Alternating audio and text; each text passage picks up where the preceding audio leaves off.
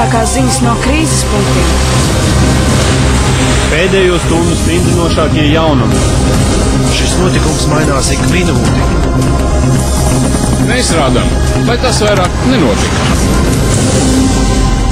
Esiet sveicināti. Atkal klāt sengaidītā nedēļas pēdējā darba diena un arī raidījums Degpunktā. Un kā jau katru darba dienas vakaru ar jums Meža malā kopā ar Kārlis Seržants un Inesu Supi. Tieši tā, bet vakarnāk pēc centrālās stacijas 77 gadu veca sieviete nodarbojoties ar motosportu nokritumu pēc kritiena eksplodējusi un aizdegusies. Uz notikuma vietu atsteidzās vairākas ugunsdzēsēju brigādes un ļoti operatīvi glābējiem izdevās liesmas likvidēt. Bet tikmēr daži vietējie policisti skaidroja, kā un ko darīt, ja redzat degošu cilvēku.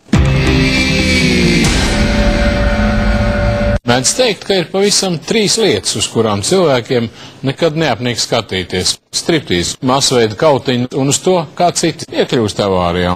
Šajā ugunsgrēka vietā bija visas 3 lietas. Tā kā tas tikai pierāda, ka pieprasījums pēc tā ir. Bet šoreiz tas tomēr bija smieklīgi. 2 puiši Ķīpsavas basēnā noslēguši derības, ka abi izdzerš 1000 kubikmetru ūdens. Rezultātā cieta puisis, kurš pievietots bērnu slimnīcas reanimācijas nodaļā. Pašlaik par viņu dzīvību cīnās riteņbraucēji.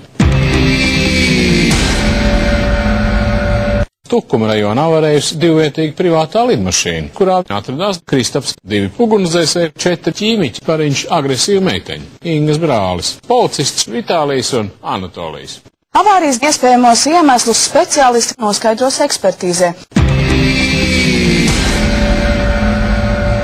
Mūsu kolēģis peļķes vidū elektrības transformatoru telpā izpildīšot dažādus sarežģītus trikus, ko izpilda tikai pierēbuši cilvēki. Varbūt Ines to arī varētu mēģināt. Es noteikti tā arī izdarīšu.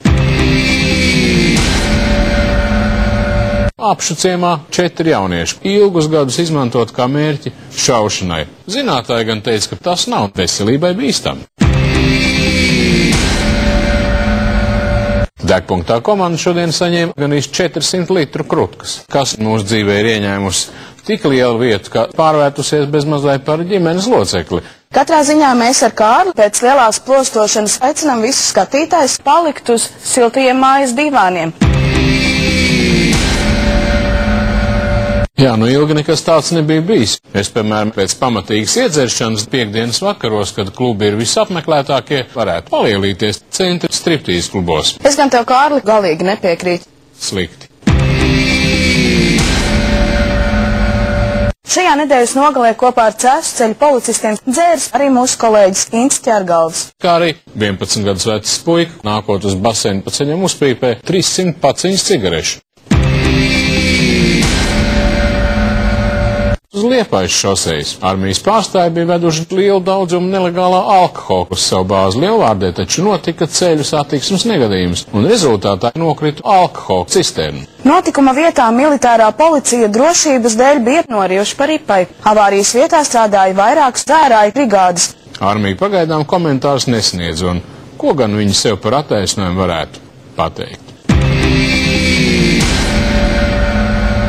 Arī mēs pēc dzēruma izgulēšanas raidījumu turpināsim. Bet turpiniet skatīties LNT, jo jau tūlīt LNT grandiozākā šova Pēnās zāles dedzinātāja fināls. Bet pēc tam skatieties realitātes šova Skrējiens pēc krūtkas 1. sēriju. Saudzējiet sev un tiekamies jaunedēļ.